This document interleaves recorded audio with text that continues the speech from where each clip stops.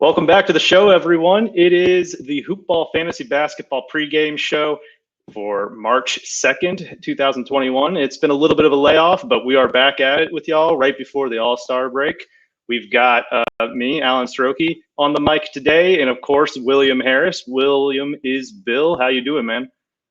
Great, Alan. It's been too long since we've been on one of these, so we gotta have a great slate of games today. Even though we had one postponement, still 6 great matchups. A lot of intrigue for me. Absolutely, yeah. No, I'm into it too. We've got 6 games tonight. A couple of interesting ones, I think, on TNT. They have Boston and the Clippers going at it, and then the Suns and the Lakers. So those are 2 that are going to be fun to watch for sure. If y'all are new to the show, or if you just need the refresher, all we do here is we go through each game on the night and highlight the just interesting things that are worth watching for a fantasy basketball perspective. If you like stuff like this and you want to continue to support Hoopball, support this channel and all the creative stuff we've got going on over here, please drop a like on the video and, of course, subscribe to the channel. We'll be continuing to churn stuff out like this as frequently as we can. Well, so anyway, I mean, without further ado, let's just dive right in. Well, we've got 6 games. The first one on the night is the Memphis Grizzlies visiting the Washington Wizards. I'll take the Grizzlies side to start off, who on the injury report, they are missing Kyle Anderson. He's out tonight with an illness, and Grayson Allen is out with a concussion. And I swear, man, this Grizzlies team, they have so many bodies, and they have always got at least 2 injuries going on to make sure that everyone gets playing time, which Even is when great. Somebody comes back.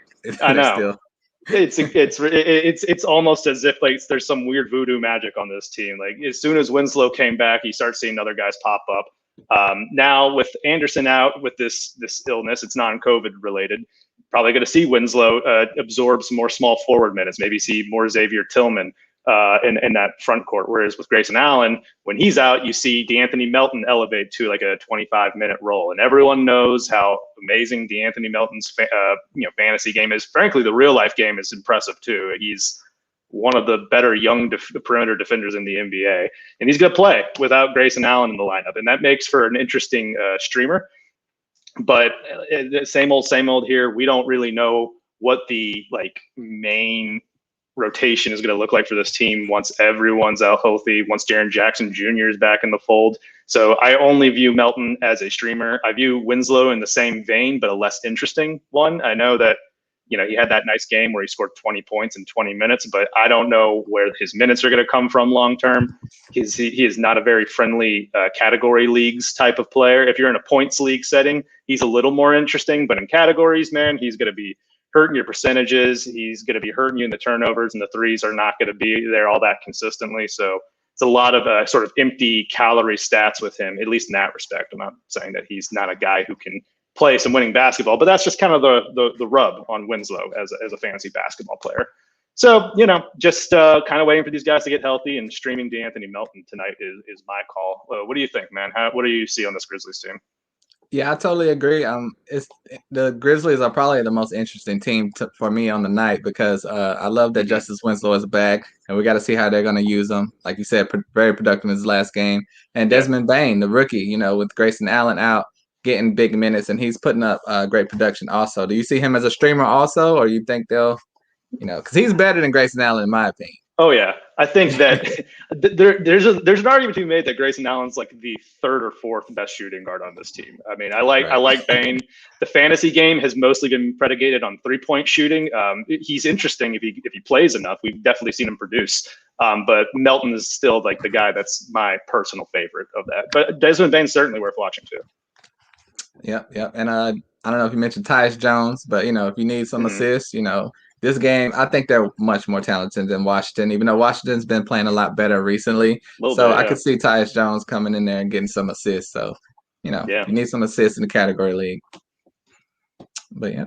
As always, he's a great assist streamer if you just need to farm that one stat. So, right. We'll look out for him as well.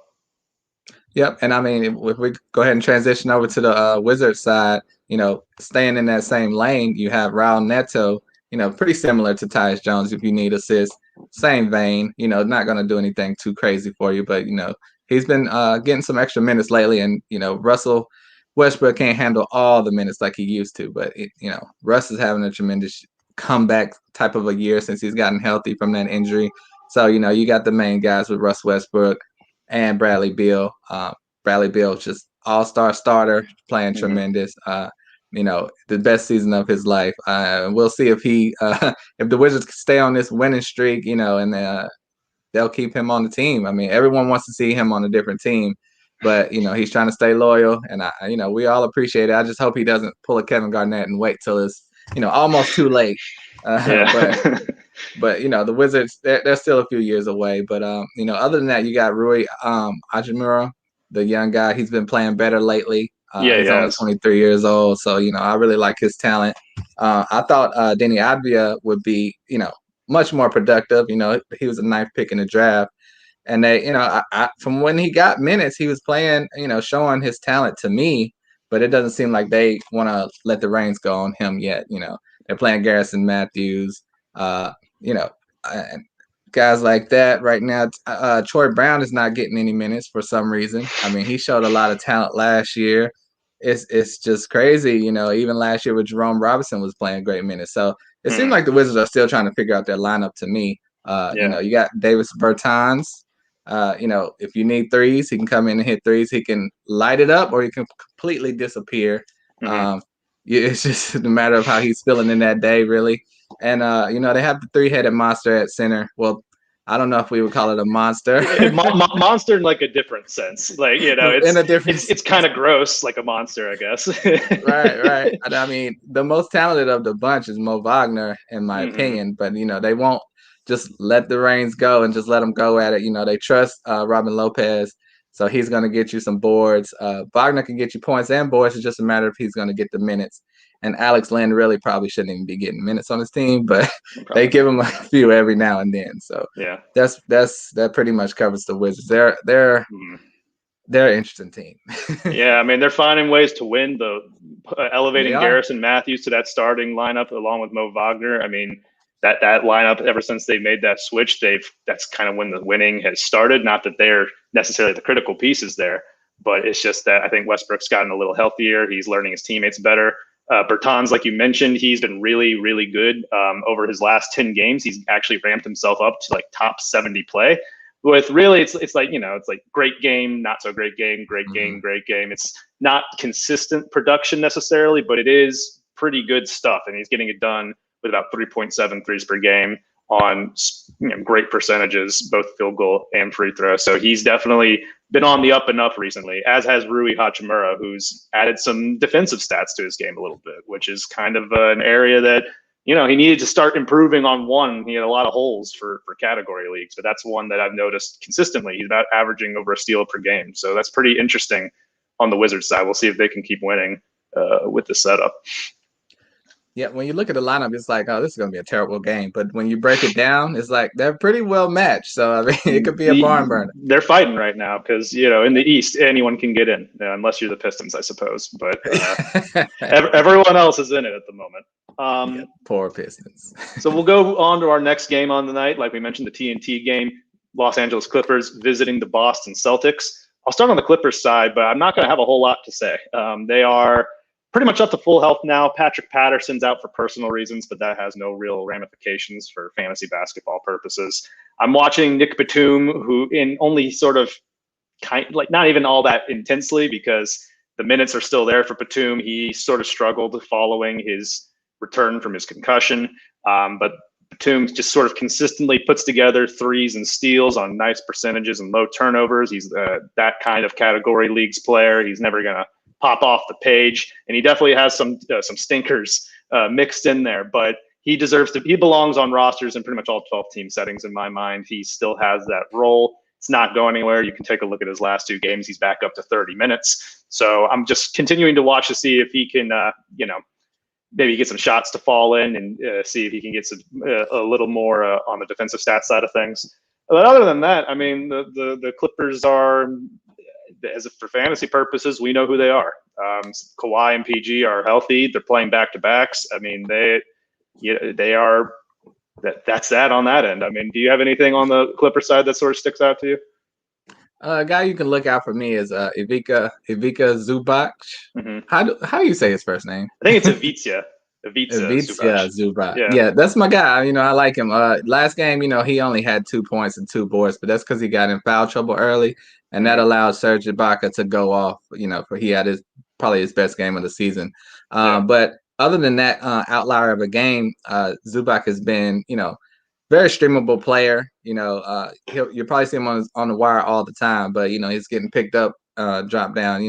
But I think his production is good enough to keep your eye out on, and don't let that 2.2 rebound game scare you off too much, because he's still a talented big man. So split the minutes with Serge. Yeah, has a role in 14 team settings for sure. Yeah. And for Boston, on the Boston side, you got your main big three with Jason Tatum, Jaylen Brown, and Kemba Walker. And we did get word that Jaylen Brown is playing tonight. Mm-hmm. I can name who else is on the injury report for Boston. That might be it. Yeah, that's it of note. Marcus Smart's still out, of course. But yeah, that's good news that Jaylen Brown is back. They really need him. That takes away a little production from Tatum. He's been blowing up when Jaylen Brown is out, but he'll still be, a great option. And like we mentioned with Washington, the 3-headed monster, and with the Wizards, the Celtics have a little 3-headed monster there too. That's not really a monster. You wish they would just merge the 3 centers into one person, then you have something there. But Robert Williams is probably the most talented. Tristan Thompson is the most consistent. He's gonna get you 10 rebounds if he's getting minutes. Yeah. And Daniel Tice, he can put you up. He can get you 15 and 10 if he's having a good game, getting the minutes. But all 3 of them are streamable. You probably can trust Tice the most, but you really can't trust any of the 3. Really, it's just matchup, based, and Tice is normally gonna start. So if you need a dart throw at a center, you could use either one of them, really. But that's pretty much all I'm looking at for this team. We like Peyton Pritchard earlier in the year, but his production has, dropped off for the most part. His last 2 games, his points are creeping back up. But with Kemba playing as great as he has been lately, Pritchard's not anything to look at right now. Yeah, I feel on that. The Robert Williams is really just like the one guy I'm focusing on because I think he's just better than Tristan Thompson. Definitely. Like just both in fantasy and in real life. We're just it's going to be a wait and see situation. Time Lord is back at a 17, 18-minute role most nights, and he's actually been playing really well over his last handful of games, despite being in that kind of hard cap on minutes. It's just the type of situation where you're sitting on him hoping that he just earns more run. Hey, if the Celtics keep losing, might force Brad Stevens' hand to switch up the lineup. So that's, if you're rooting for Robert Williams to maybe make a leap, maybe you're rooting for the Clippers to just blow the Celtics out of this game, see what happens. But yeah, I agree. That's kind of it on their side of things. So we will move on to the next game. Hawks visiting the Miami Heat. The Atlanta Hawks, have some big news over the last 24 hours. They not only did they fire head coach Lloyd Pierce, but Bogdanovic looks like he's going to play in this game. He came into the game questionable, upgraded to probable. I believe Travis Schlenk went on the radio today and said that he was going to play, but Bogdanovic is considered a game time decision. Last note that I saw, but we're going to proceed like he is going to play because that is pretty much how the team has approached this. They believe he'll be out there on some type of minutes limit. And it's important to touch on Bogey. A lot of people are interested if, he could become this standard league relevant fantasy player. And to me, it's going to be an uphill battle. I'm not optimistic that Bogdanovic is going to be someone who will really help your fantasy teams. He'll have some value, certainly. The Hawks absolutely need him in real life. He's going to play eventually, once he ramps up, you figure he's going to see minutes in the high 20s, close to maybe even low 30s. It remains to be seen if he's going to lead Kevin Huerter for the starting role. I think that's a whole discussion in and of itself.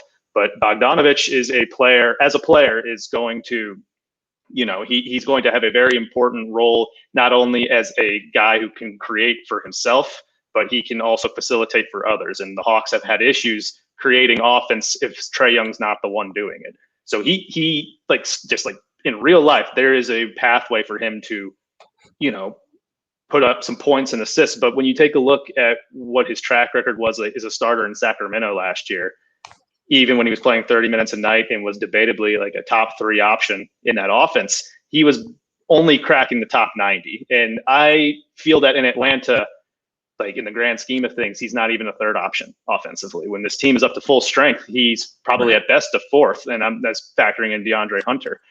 So look, you should if you have someone at the end of your bench who's not giving you a whole lot, I don't mind taking the gamble on Bogdanovic, but he has more name value than fantasy basketball value. Maybe in a points league, he's a little more valuable, but in category leagues, he's not quite there. The other things just to watch in this game too is, if you have Kevin Huerter on your team, I'm not saying, obviously Bogdanovic's return is going to hurt him. I don't know if you should make the preemptive drop though, because he's been a consistent top 80 player without Hunter and Bogdanovic. That's going to change now that Bogey's around, but we don't know how new head coach Nate McMillan is going to prefer to keep his rotation. Huerter might stick with the starting job. He might still play around 28 minutes a night. That could be enough to continue to have fringy top 100 value. I think you should wait and see, probably beyond the All-Star break, on what Huerter's role should be. And then just the last bit about, like I just alluded to, Nate McMillan being the new head coach. We're going to watch to see what's going to change. Probably not this game. It's probably going to be something we'll see a lot more out of the break. But rotation-wise, we want to see how he moves around minutes on this roster, how he decides to run his bench units and mix with their starters. I know people are interested in seeing if John Collins maybe gets more involved in the offense. I don't know. He might. But, Nate McMillan, is an offensive mind, is honestly pretty similar to Lloyd Pierce. And he's going to come up with his own game plan, but I don't know if it's really going to be a large shift for the Hawks in terms of what we see in fantasy basketball. So we're watching Bogey, just seeing how good he looks tonight, watching Huerter's minutes and Nate McMillan's rotations. That's my Hawks spiel. What do you have on this side, Will? Yeah, I totally agree with you.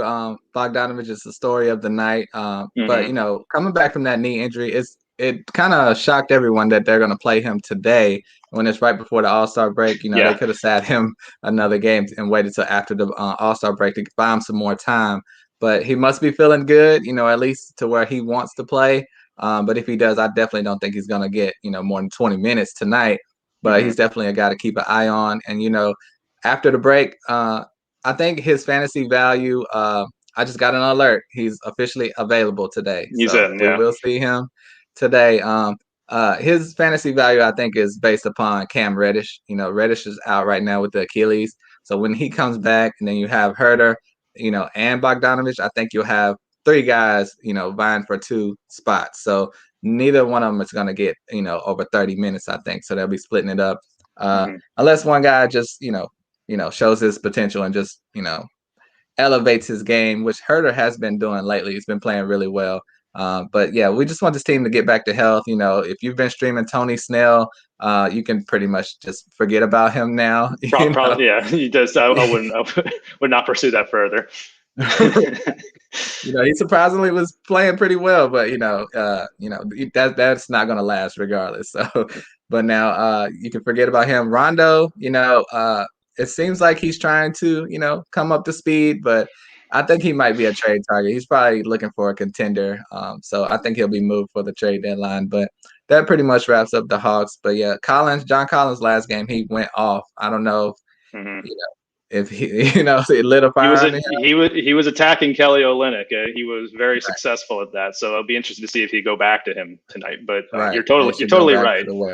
Totally right about Cam Reddish too. He's another person that's very central to both Huerter's and Bogdanovic's role. He might come back into the fold here, and then when those 3 are getting minutes, not even mentioning once Hunter comes back, that's when it's going to be really tough to see who among any of them. Most likely it's only going to be Hunter of that group who holds on to fantasy value. We're starting to see the pieces come back in Atlanta, and now those issues that we had in the offseason are kind of bubbling back up. Yep, exactly. And moving over to the Miami Heat side, we got the news today that Jimmy Butler is going to be out. So, that affects the lineup tremendously. You obviously can expect Bam to get a couple more shots, a couple more boards, but he's been having an amazing, year all year. Tyler Hero, He's been in and out of the lineup. He last played the 28th with a hip issue. And I don't think he's fully back to himself. He's not bubble Tyler Hero right now. But he's with Jimmy out. He'll be a little more productive tonight. A guy I've been really impressed with is Kendrick Nunn. He has been the ultimate professional because early in the season he was getting DMPs, and when Dragic went down, he stepped up. He's been playing amazing. I mean, last game is probably the best game of his season. He had 24 points, 7 assists, 3 rebounds. He's just been playing incredible. And I don't know if Miami is like thinking about making a move. Everyone's talking about they might make a trade soon. So he's a guy that possibly could be moved. But I like this team. They've been banged up and they had COVID issues. I like for them to all be healthy and get back on the road. And I think they could, show some promise like they did last season. And speaking of Dragic, he's back. He was out for quite a while, and he's been playing great also. I mean, it's like he didn't miss a beat. I've been hearing about they might want to try to get Kyle Lowry, but, Dragic and Jimmy Butler are like best friends, So yeah, it was Lowry important to their playoff run. Exactly. Lowry might be like a tad bit better than Dragic, but that could really hurt the chemistry of the team. Dragic came back and is playing very well. Obviously, you have Duncan Robinson for 3-pointers. Kelly Olynyk, he's a decent streamer. He's going to get you almost 10 points, around 5-7 rebounds. It just depends on the matchup. And a guy that is unexpectedly putting up production, in my opinion, is Andre Iguodala. He's been playing very well this last few weeks with a lot of guys in and out of the lineup. And with Jimmy out, that will help him stay productive because when they're fully healthy, I wouldn't trust him as a streamer.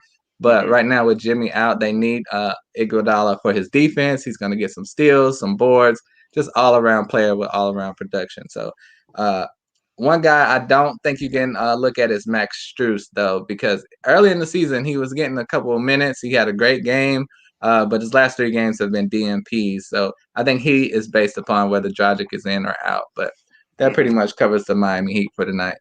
Yeah, Strus is not really much on my radar, and it'll be interesting to see what Nunn's role will look like when Butler's back in, because I know he's historically been the sort of 4th or 3rd guard in that rotation once everyone's up to speed. So, yeah, Heat side, I think that covers pretty much everything there. By the way, if y'all just tuning in, we just covered the first 3 games, got the last 3 to go over, but please drop a like on the video, subscribe to the channel. And we will go on and move to the next game, which is the New York Knicks visiting the San Antonio Spurs. Knicks side of things, big injury that we're still watching is Elfrid Payton, who is listed as doubtful with nursing that hamstring issue that's kept him out for the last 3 or 4 games. Taj Gibson is also out with a sprained left ankle, which means a lot of burn for Nerlens Noel, who's played 40 minutes in back-to-back games. There's no one else taking minutes from him. He's going to continue to play that amount. And he's probably just going to get you like a combination of 5 steals and blocks. So he's doing exactly as advertised now without Mitchell Robinson in the fold. So but really, we're just watching the point guard stuff. Derrick Rose continuing to get it done as the starter. He has been a standard league worthy player since taking the starting job. And the question really is going to be, once Payton comes back, is it still Rose's job? I think it's very likely, given the way that, the Knicks are still winning games, and how Tibbs loves Rose. And then a lot of people, too, are watching Emmanuel Quickley, kind of hoping that maybe it's his starting job. Like, Knicks fans certainly see Quickley as the starter of the future, no doubt. They prefer to maybe even see him be the starter of the present. I don't think that that's how Tibbs is going to operate. And really, for Quickley to have the consistency to help your fantasy teams, he's going to need at least two of Derrick Rose, Alec Burks, or Elfrid Payton out of the way. Just to get it on the floor for long enough spurts to continue to score in bunches and get involved in the assist game with his percentages also good, all that stuff. In his current iteration where he's playing less than 20 minutes a night, you can't really count on that. So just watching those guards for me. What about you, William? Yeah, I totally agree. It's interesting. Frank Ntilikina is back, but he's not getting any type of minutes. Yeah, I didn't even realize that. Right. So with Peyton out, they snuck him back into the lineup. But yeah, I love the point on quickly. I definitely think he's the most talented guard and clearly the future. You just want him to get the minutes. And if Noel is on your waiver wire because your league is sleeping, Yeah, stop that. yeah, Get out of obviously here. he needs to be in your lineup. So I mean, yeah. Only thing I can ask you is, do you think Derrick Rose is a season long pickup, or you think he's just being this productive because Elfrid Payton is out right now? I think he is worth the pickup with like a season-long perspective in the case that he takes Peyton's job, because I think that's just like real, and I think it's legitimately on the table. So I would view his rest of season outlook hoping that that's the case. If he goes back to a bench role, though, probably not. So I think his rest of season success is contingent on him actually taking this job from Peyton. Yeah, Tibbs loves Derrick Rose, so he's gonna give him all the minutes he can handle. Is consistent as Taj Gibson being on his bench and playing 22 minutes for some reason. That man knows what he wants, and it's Derrick Rose, Taj Gibson, and maybe he'll get Joakim Noah to come out of retirement. That's what I was gonna say. Yeah. Noah. Yep. He's the next call. Yeah. And for the Spurs side of things, we have Kelvin Johnson is still questionable unless you've seen a late breaking update. No. Nope, not on him. With it being this late in the day, I don't know if he's going to play. I think we would have heard more, but keep an eye out on that. Derek White is still out. Rudy Gay is out, and the big one is LaMarcus Aldridge is out. So with that being said, that makes Jakob Poeltl must-own player, most roster player. If he's on your waiver wire, you need to pick him up immediately. He should be easily, penciled in for a double-double in every matchup, especially with Aldridge out. Even with Aldridge in, they've been having Aldridge come off the bench the last game or two, and that could continue to be that way because Aldridge has not looked like himself, anything like his normal self. And a lot of people are questioning whether he's on a decline and how much longer he's going to be a starter in this league. Hopefully, it's just his health, and once he's fully healthy, he'll be. I don't know. It's not looking good for LaMarcus Aldridge. It's been a drop-off, no doubt. Yeah, I mean, he's looking slow, tired, but we'll see what happens after the All-Star break. He definitely needs it. This whole Spurs team need it right now. But DeMar DeRozan is back, and he's playing back to his All-Star level, potential. 32 points 2 games ago and 11 rebounds, 22 points and 11 rebounds. So, he's going to be the main guy putting up all the offensive production for this team with everyone out. And then you obviously have Dejante Murray, who's been playing very well also, averaging around 20, 22 points a game, getting those assists and rebounds. He's been stepping it up very much.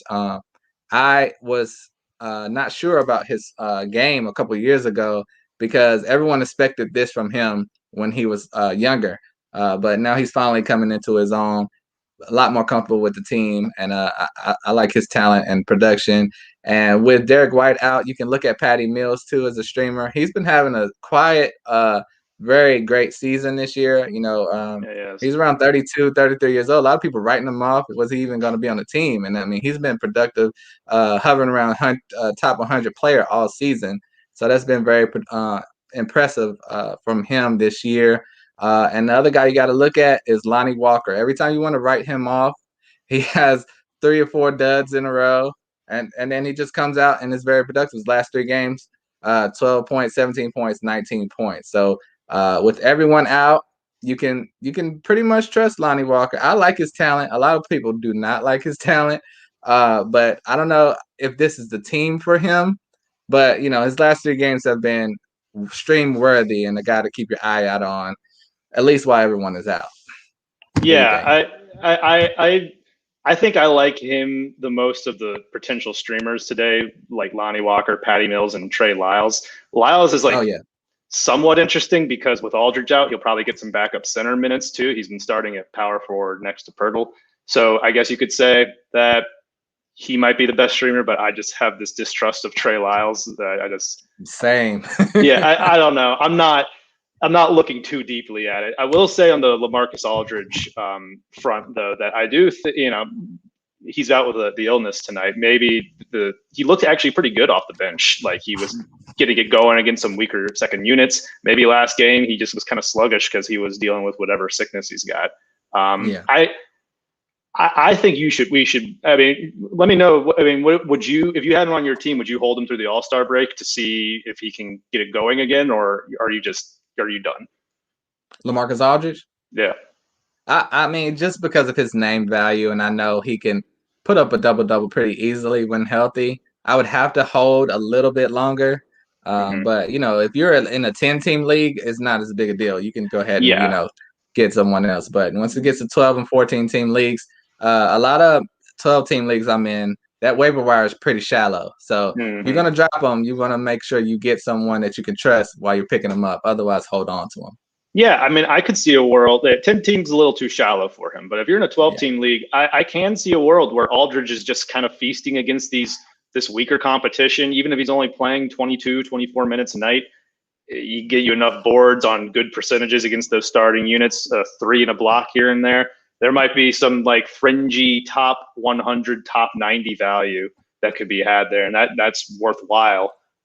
Even though it's well below our expectations for him normally, but this is sort of the new normal. It's Pirtle's job.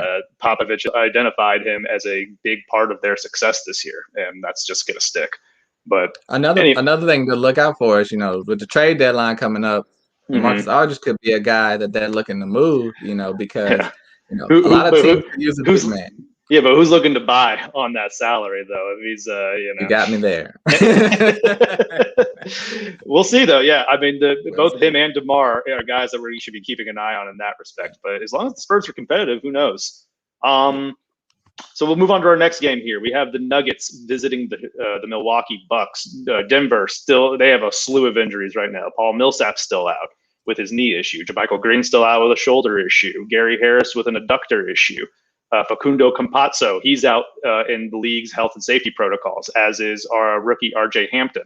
A lot of guys. Campazzo had actually been picking up the slack without those first 3. Now he's out of the way. And really, with all of these crucial injuries, Denver is just kind of a 5-man squad at the moment. It's Jokic, Jamal Murray, Monte Morris, Will Barton, and Michael Porter Jr. Those guys played heavy minutes in their last game, and they're probably going to play heavy minutes in this game. The only other guys off the bench that are even of note would be Zeke Nahi and PJ Dozier, neither of which even cracked 20 minutes last game. I mean, like those 5 that I mentioned before, they were in the mid to high 30s, and we're just going to see more of that, which, if Barton's on your wire, he's a worthwhile streamer for this game, and I think Denver's got one more, as is Morris in my mind.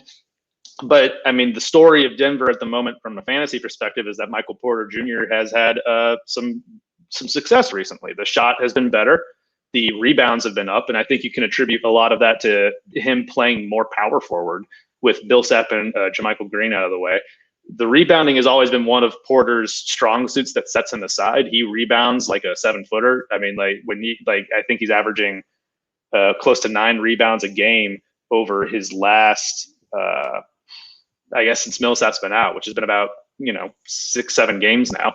And that's the kind of stuff that we want more of out of him, as well as the efficiency, which for him is a high-octane scorer. His great field goal percentage was always a plus as well.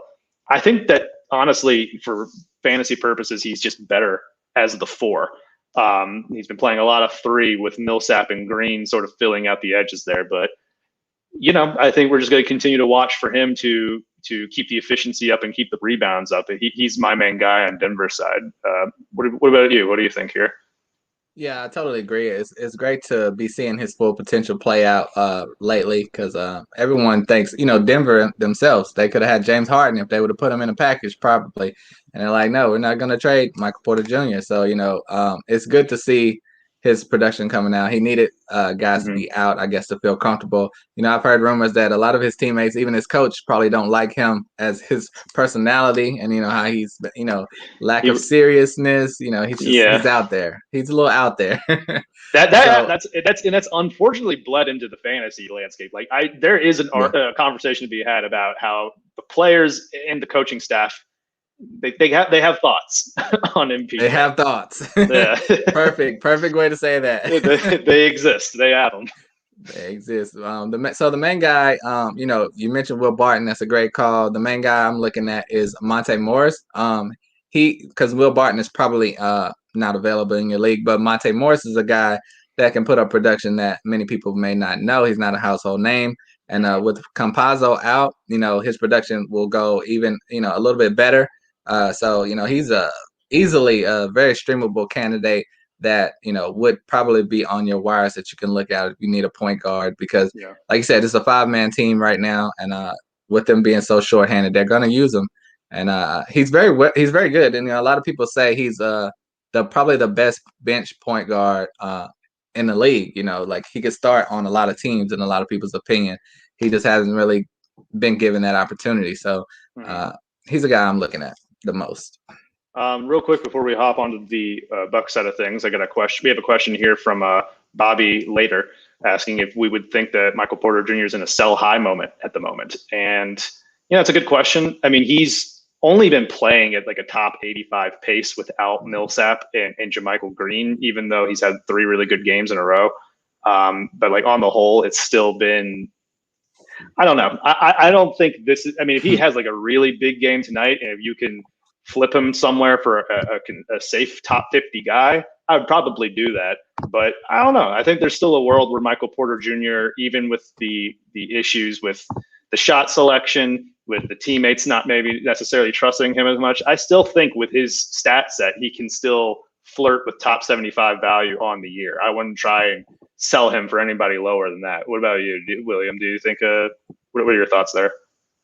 I think, it's a pretty good idea to try to do a sell high because I do think, when everyone comes back, this team is so good. Jokic is mainly the only guy that's going to be dominating the fantasy points. Even when everyone's back, Jamal Murray's production dips a little bit. So if you can get a guaranteed top 50 guy, it just depends on who you can get. Don't settle for someone, that's around Michael Porter Jr.'s stats level right now that doesn't have his ceiling.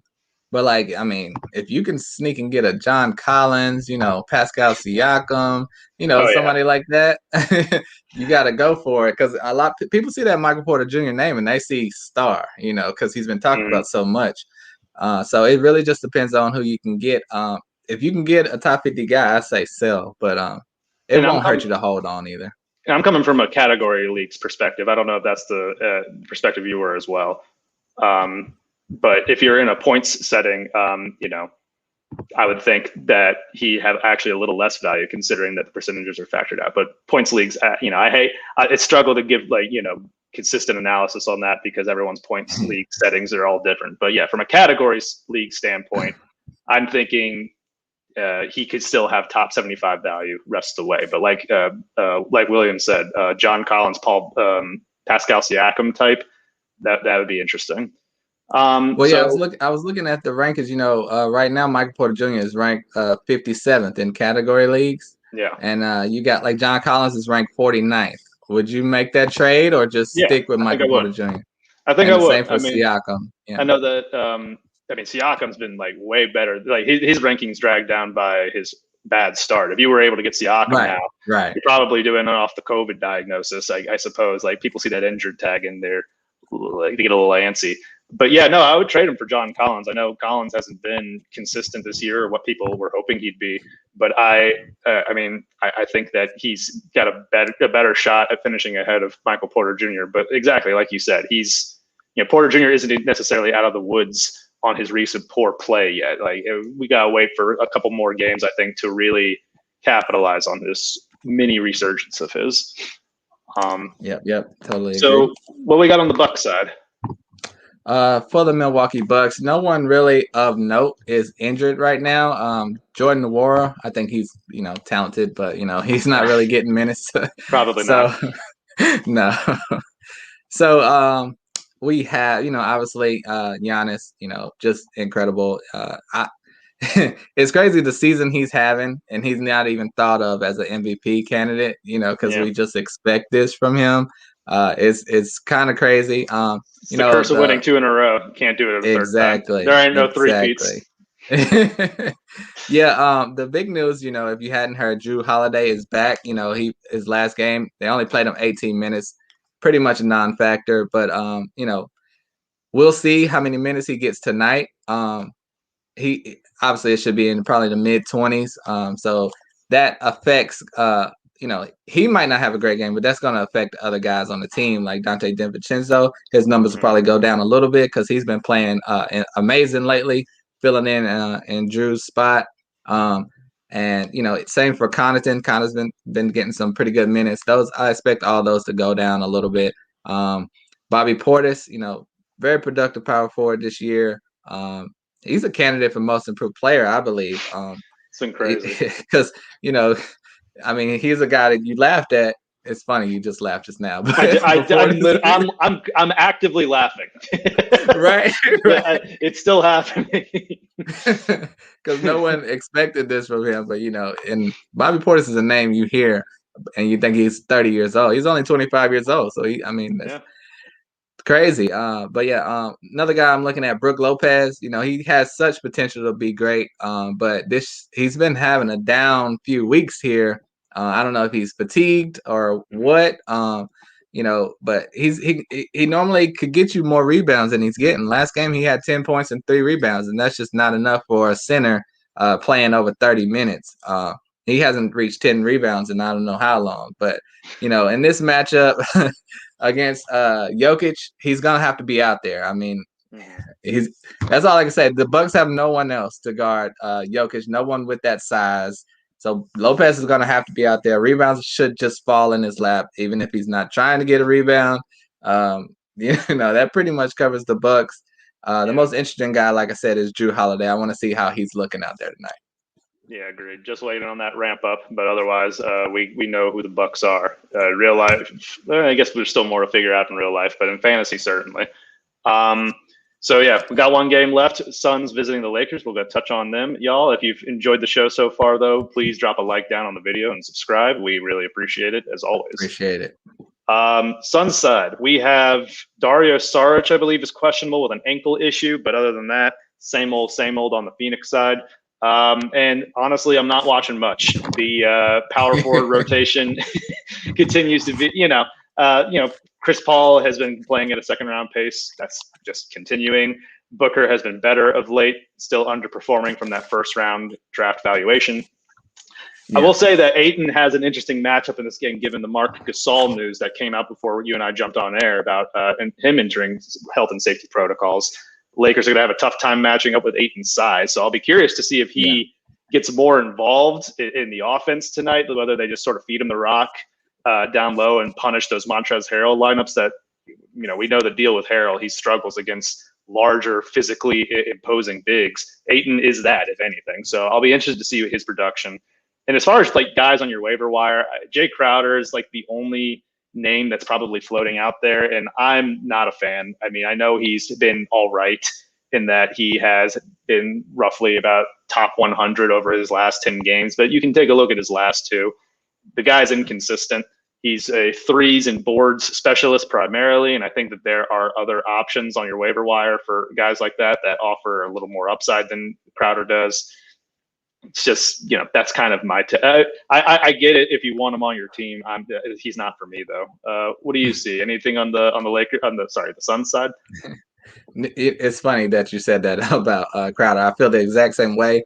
Yeah. Another guy that I think should be getting more minutes is Cameron Johnson, and Crowder, is taking his minutes Johnson. For the most part. Yeah. And early in the season, he was playing very well when Crowder was out. But they're not looking to develop necessarily. That they're trying to win every game they're playing. So that's hurting Cam Johnson's minutes a little bit. But anytime he's going to get minutes, he was even playing the power forward early in the season. He's a guy you can keep your eye out on, but you can't really use him right now. And no love for Frank the Tank, huh? You're not loving? No. No. Yeah.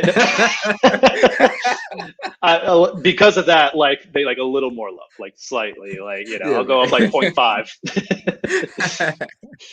No, but that was a terrible draft pick, right? For them with the 10th pick to take Jalen Smith, and he doesn't even get in the game. Hey, we were saying the same thing about Cam Johnson next year. Jalen, I know, has got that inside outside game going on. Maybe he hops on the scene towards the end of the year.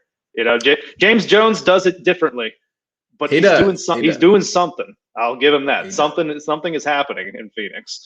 So who knows? Yeah. I would like to see him get some minutes, but they don't trust it yet. No, not quite. not yet, but we'll see. I don't know. Maybe it'll be this game going up against the Gasol-less Lakers.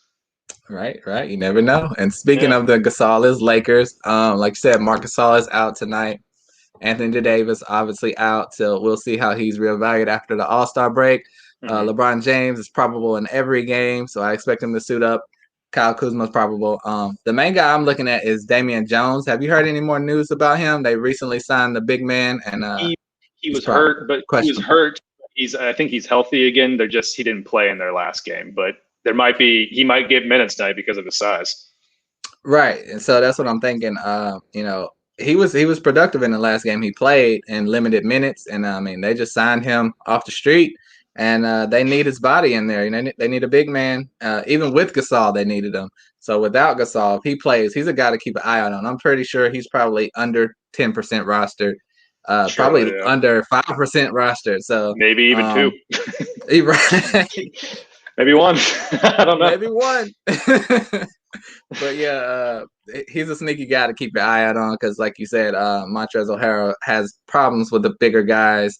But with Gasol out, I think Harrell will have a much more productive game. Taylor Horton Tucker. Everyone's looking for him to blow up and get 15 to 20 points a game. We're still waiting on that. I think he has the talent for it, but not right now. If Kuzma was out, I think you could go ahead and play him, stream him pretty easily. But not right now. A guy that also may be available is Markieff Morris. He's a guy that's been having a horrible year. His brother got paid the big bucks and he didn't. And, I think he's still feeling the effects of that. But his last game, he had 13 points, 8 rebounds, 4 assists. So that could have happened. It could have been matchup based because that was his production has just been all over the place. But we'll have to see how he does against Phoenix. If you don't trust him for this game, watch this game. And if he has another good game, he's a guy I would keep on my radar. I never will feel comfortable trusting him, but they need bodies, like we said, especially if Damian Jones isn't playing. He should be productive in this game. And Schroeder's back. He was out from safety and protocols. So he's going to be solid like we always know. But that pretty much covers the Lakers. Obviously, King James is going to be King James.